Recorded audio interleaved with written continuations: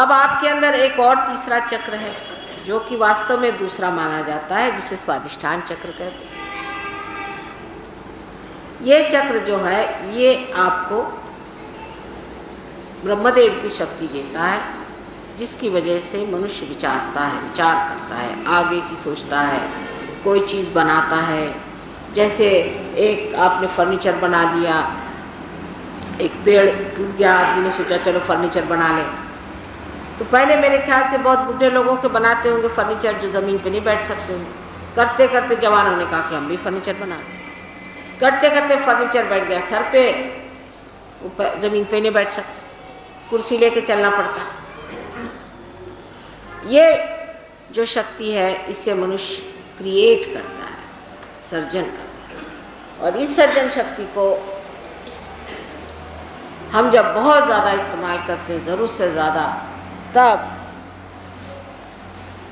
ऐसा करना का मध्य मध्य सगाने जिसको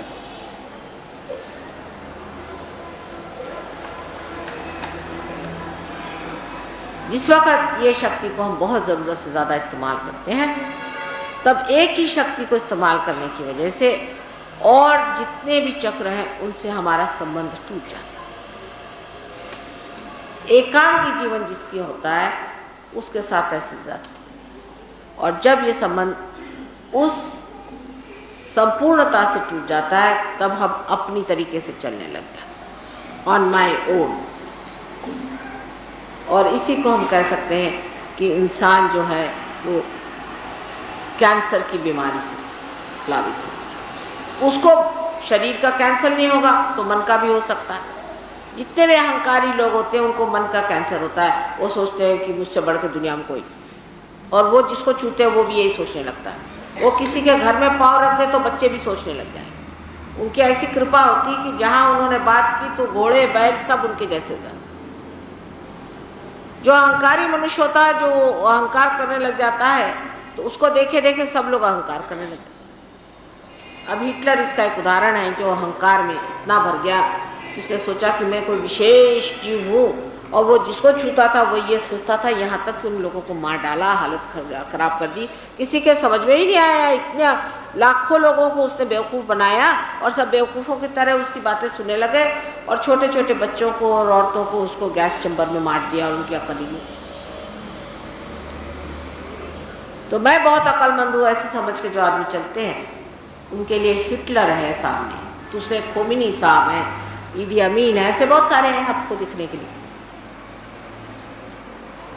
और अहंकार जिस आदमी में होता है,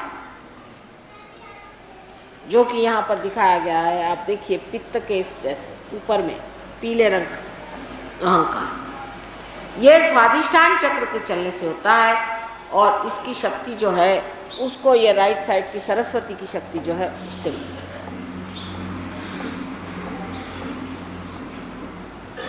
अब जिस आदमी के पास सरस्वती की शक्ति आ गई, वो अपने को दुनिया में सबसे होशियार समझता है और इतना इस्तेमाल करता है कि उस इस्तेमाल के जैसे बाई प्रोडक्ट की तरह से हमारे अंदर यह अहंकार तैयार हो जाता है। जैसे कि एक फैक्ट्री खूब चलाई तो उसमें धुआं होता है, उस तरह से हमारे अंदर अहंकार हो जाता है।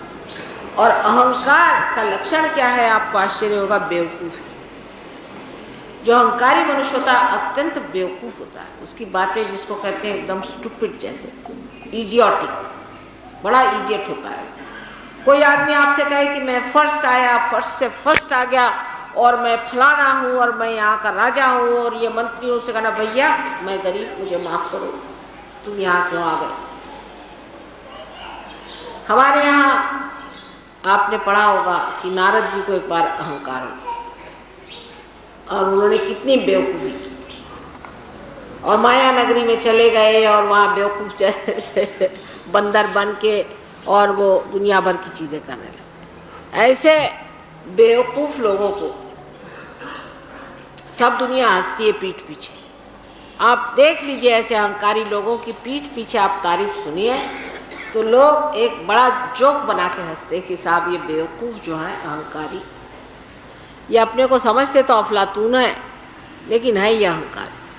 और ये अहंकार जो है मनुष्य को बेवकूफ़ी की ओर ले जाता है और वो बेवकूफ़ होते जाता है, उसको समझता ही नहीं कि वो बेवकूफ़ है। अंत में उसका हृदय भी जो है एकदम दब जाता है, उसका हृदय एकदम बंद हो जाता है, क्योंकि अहंकार जो है ये हृदय चक्र ब्रह्मचर्य, यहाँ पे जो ब्रह्मरंध्र है इस ये हृदय का पीठ है और उसको वो ढक लेता है। और जब अहंकार उसको ढक लेता है तो हमारा हृदय एकदम ऐसा दब जाता है। और जब ऐसा हृदय हो जाता है मनुष्य का तो वो इस कदर दुष्ट प्रकृति का हो जाता है कि आश्चर्य होता है कैसे दुष्ट। अब परदेश में आप जाइए, पता नहीं हमारे हिंदुस्तानी वहाँ जाके कैसे रहते हैं, मेरा तो वनवास शुरू है। लंदन शहर में कहते हैं कि हर हफ्ते में 2 इंसान मारे जाते हैं, और वो कौन? तो छोटे बच्चे और मारने वाले उनके माँ बाप। सोचे यहाँ कोई सुन भी सकता है ऐसी बात? ये अहंकारी लोगों ने कार्य किया। इनका अहंकार है कि उनको कोई किसी के प्रति भावना नहीं, न बच्चों के प्रति, न माँ के प्रति, न बाप के। इस तरह के अहंकार में जब आदमी टूट जाता है तब उनकी बेवकूफ़ियाँ प्रतीत होती उनके काम से। अपने यहाँ एक से एक राजा महाराजा हो गए, बड़े बड़े लोग हो गए, लेकिन कितने नम्र थे। शिवाजी महाराज का किस्सा सुनिए, ऐसे अपने यहाँ हो गए शिवाजी महाराज जैसे लोग। अब तो ऐसा लगता है कि वो ज़माने कुछ और था। उनके अगर रामदास स्वामी आए, उनके गुरु थे, तो उन्होंने आकर के और बाहर से आवाज़ लगाई तो शिवाजी गए, उनके पैर छुए, उनके पैर पे अपना सर से ताज उतार के रख दिया। गुरु महाराज कैसी कृपा हुई। कह ले मैं तो भिक्षा लेने आ गया। तो अंदर जाके एक चिट्ठी लिखी, उसमें लिखा कि गुरु महाराज हमारा जितना राज्य आपके चरणों में, और ला करके एक क्षण में दे, या आप इसको राज्य ले लीजिए, सारा आपके चरणों। आजकल कोई राजा महाराजा तो संत साधुओं के दरवाजे के बाहर ही खड़ा कर देगा। कोई कहेगा कि भाई अंदर भी आओ। एक कोई काम कराना चाहिए, आप सरकारी नौकर किसी के पास जाइए तो वो दफ्तर में आपको बिठा के रखेगा प्यून के साथ में घंटों। अरे भाई एक छोटा सा हमारा काम है, क्या करें, आप सरकारी अफसर हैं यहाँ, एक हमारा एक इसका काम है सहयोग का, हम तो कुछ पैसा ऐसा नहीं लेते हैं, आप हमसे इतना सा ले लीजिए। तो वो कहेंगे चलिए आप बैठिए वहाँ कोने में, कोई पूछेगा भी। और यहाँ तो साक्षात जो राजा थे वो जा करके उन्होंने अपनी सारे राज्य को प्रदान किया, और राज्य को प्रदान करके और उन्होंने कहा कि अब मैं सब कुछ त्याग चुका। तो उन्होंने कहा कि भाई हम तो साधु आदमी, हम क्या राज करेंगे, राज तो तुम्हें को करना है क्षत्रियों को, लेकिन इतनी बात है अगर तुमने हमें प्रदान कर दिया तो प्रतीक रूप से ये जो हम छाती पहनते हैं इसका तुम झंडा बना दो। वही झंडा बना लिया। अब मैं देखती हूँ कि वो झंडा राजकारण में लोग लगा रहे। अरे भाई वो झंडा तो सन्यासियों का लक्षण है, उसको गाय को छूते हो आप लोग, छोड़ दो उसको, तो छोड़ो कम से कम। इस प्रकार हम लोग सब चीज़ का गड़बड़ी कर रहे हैं, किसी का दिमाग सही नहीं चल रहा। और हम लोग जब इस बेवकूफ़ी में बहते जाते हैं, इस अहंकार में, तो ये समझ ही भी नहीं आता कि हम कहाँ बह रहे हैं। लेकिन अब जो देश इसमें बहुत ज़्यादा बढ़ गए और जिन्होंने एटम बम और दुनिया भर के बम बना करके अपने विध्वंस का पूरी व्यवस्था कर रही, वो एकदम जाग उठे कि बाप रे बाप, कौन से राक्षस हमने इकट्ठे करे हैं और ये तो हमको ख़त्म कर देंगे। अगर अमेरिका ने एक बटन दबाया तो रशिया ख़त्म हो गया, रशियन ने दबाया तो ये ख़त्म हो गया। जब मुकाबले पे आ जाता है मामला, तब लोगों के खोपड़ी में बात आती है कि भाई ये क्या हमने ऐसा एडवांसमेंट कर लिया, क्योंकि हृदय तो रहा नहीं। आत्मा जिस चीज़ में नहीं रहता है उसका यही हाल होने वाला है। कोई सी भी चीज़ बगैर आत्मा के आप करिए, चाहे आपका राजकारण हो, चाहे आपका कुछ भी, आत्मा के बगैर की हुई सब चीज़ जाके नश्वर होगी और नष्ट होगी और नाशकारी कभी ठीक। अब आप लोग भी डेवलपिंग हो रहे हैं, मतलब आजकल आप लोग डेवलपिंग, कल आप डेवलप्ड हो जाएंगे, तो वही नमूना हो जाएगा कि आपके बच्चे हिप्पी हो जाएंगे और आप 2-4 बच्चों को मार डालिएगा रोज़, और बीवी हस्बैंड का रोज़ झगड़ा, और उसके बाद डिवोर्सेस होंगे। सब लोग ऑर्फनेज अनाथालय में जाके रहिए और शराब पीजिए, बस, और कोई धंधा नहीं रहेगा। ये इंतज़ाम आपका अगर कर रहे हैं तो मुझे यहाँ से छुट्टी चाहिए। लेकिन जान लेना चाहिए कि बड़ी भयानक चीज़ है, इससे बचना चाहिए, बहुत भयानक चीज़ है। और इससे बचने के लिए पहले आत्मा को पा लीजिए, फिर चाहे आप डेवलपिंग करिए, चाहे कुछ करिए, पहले आप आत्मा को पा लीजिए, नहीं तो ये सत्यानाश में आप फंस जाएंगे। इसलिए जो गलत रास्ता है उससे मत जाइए, कोई भी वजह से। अब कोई है साहब जर्नलिस्ट है, एक साहब आके बैठ गए, मुझसे लगे लड़ने। मैंने कहा भैया मुझसे क्यों लड़ रहे हैं, मैंने तुम्हारा क्या बिगाड़ा। कहने लगे कि नहीं माता जी बात ये है कि आप तो कह रहे हैं कि अब सब ठीक हो जाएगा। हाँ मैंने कहा हो तो जाएगा, ये तो बात है, अगर धर्म जागृत हो जाए और आत्मा जागृत हो जाए तो सब ठीक होने वाला। तो फिर कल हम अखबारों में क्या लिखेंगे? अखबार में तो हम ऐसी बातें छापते हैं जब कोई खराबी, एरोप्लेन कहीं गिर गया, कोई मर गए, 50 लोगों की हालत आ गई, तब छापते। तो अब क्या छापे, सारी दुनिया ही उल्टी घूम रही। तो मैंने कहा भाई कभी कभी तुम मनुष्य भी तो होते होगे, कभी कभी तुम इंसान भी तो होते होगे, क्या हमेशा जर्नलिस्ट रहते।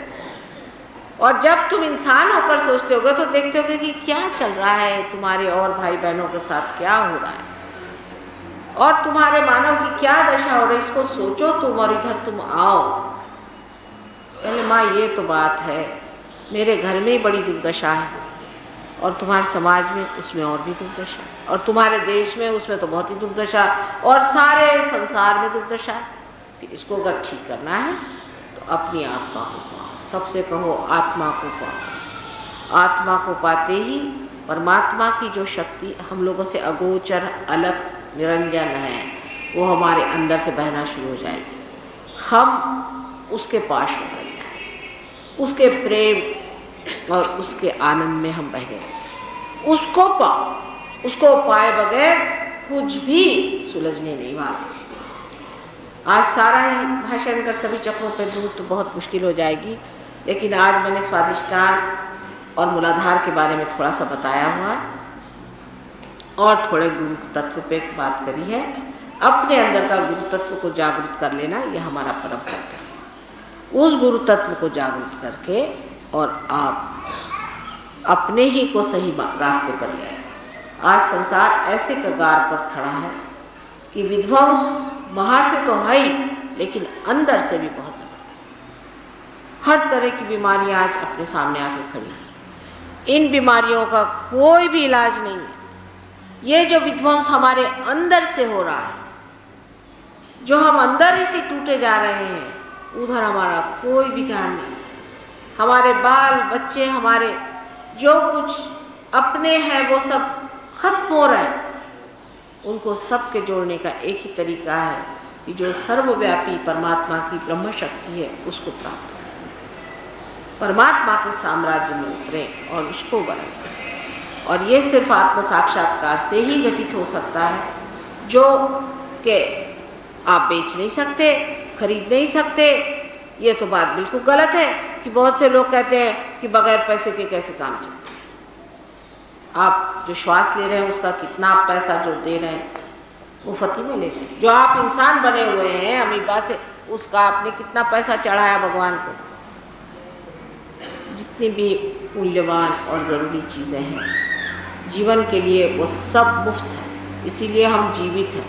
नहीं तो जिस तरह के हम लोग हैं, कभी कभी लगता है कि जीवित रहने का भी अधिकार नहीं, लेकिन परमात्मा ने सब मुफ्त ही दे दिया है। उनकी परम करुणा, परम्पार, उनका प्यार सारे संसार में बह रहा है। इसीलिए हम लोग आज चल रहे हैं, सिर्फ उस प्यार को अपने अंदर बसाकर उसका प्रकाश सारे संसार में फैलाना है। कुंडलिनी के बारे में और हमारे प्रोग्राम 10 दिन तक हैं, आप लोग ज़रूर वहाँ उपस्थित हों और मैं इसके बारे में और आगे बताऊंगी कि कुंडलिनी चीज़ क्या है, उसका कितना सनातन हमारे साथ संबंध है, और सनातन धर्म की जो विशेषताएं हैं उसको उभारना अत्यंत आवश्यक है। उसी प्रकार जिन्होंने निराकार की बात करी, उनका भी उसमें पूरी तरह से प्रकाश देना भी अत्यंत आवश्यक है। पर अगर आप सोचते हैं कि एक तरफा चलने से आप कामयाब होंगे तो गलत बात है। सब चीज़ परमात्मा की बनाई हुई, और परमात्मा ने इस बनाई हुई चीज़ को ठीक रखने के लिए अपने ही कारिंदों को इस संसार में भेजा या कहिए अपने ही स्वरूपों को इस संसार में उतारा हुआ है, तो उस चीज़ को आपको मान्य करना चाहिए। और उसकी मान्यता ले करके, और थोड़ी देर बाद उसकी मान्यता ले करके और आत्म साक्षात्कार को आपको प्राप्त करना। आत्म साक्षात्कार के बाद आपको इसमें स्थापित भी होना पड़ेगा। ये नहीं कि आपने आत्म साक्षात्कार कर लिया और आप बैठ गए कि हाँ माँ हमें तो हो गया। ये पहली चीज़ है योग होना और योग की कुशलता पाना। एक तो होता है योग जिसमें कि कुंडलिनी का जागरण तथा ब्रह्मरंध्र का भेदन हो जाएगा, लेकिन इसकी कुशलता भी आपको सीखनी पड़ेगी। और इसकी कुशलता सीखने पर आप प्रवीण हो जाएंगे, आप एकदम इसके मास्टर्स हो जाएंगे। वो कैसे और क्या, उसके लिए यहाँ पर आपके इस मोहल्ले में ही एक सेंटर है और जहाँ आप इसको सीख सकते हैं, जान सकते हैं और समझ सकते हैं और इसमें प्रवीण हो सकते हैं। बहुत आसान है, छोटे छोटे बच्चे तक इसमें निष्णात हैं। और आज अनेक घरों में मैं देखती हूँ कि बहुत पहुँचे हुए पुरुष पैदा हुए हैं, लेकिन आप जानते नहीं कि पहुँचे पुरुष हैं। उनको समझने के लिए भी ज़रूरी है कि आप अपने आत्मा को जान लें, जिसकी वजह से आप उनको भी समझें। सबके लिए अत्यावश्यक है कि वो परमात्मा को जानने से पहले अपने आत्मा को जान लें, और आत्मा को जानते ही परमात्मा को आज समझ पाएंगे, उससे पहले आप नहीं समझ सकते। आत्मा की आँख पहले आनी चाहिए आपके चित्त में। उसका प्रकाश आपको चित्त को जब आलोकित करेगा, तब उस प्रकाश में ही आप परमात्मा को समझ सकेंगे। इसलिए पहले आप आत्मा का दर्शन करें, आत्मा को पाएं, और यही एक इच्छा शुरुआत में रखें। उसी के साथ साथ परमात्मा क्या चीज़ है उसे भी आप समझ जाएं। परमात्मा आप सबको अनंत आशीर्वाद।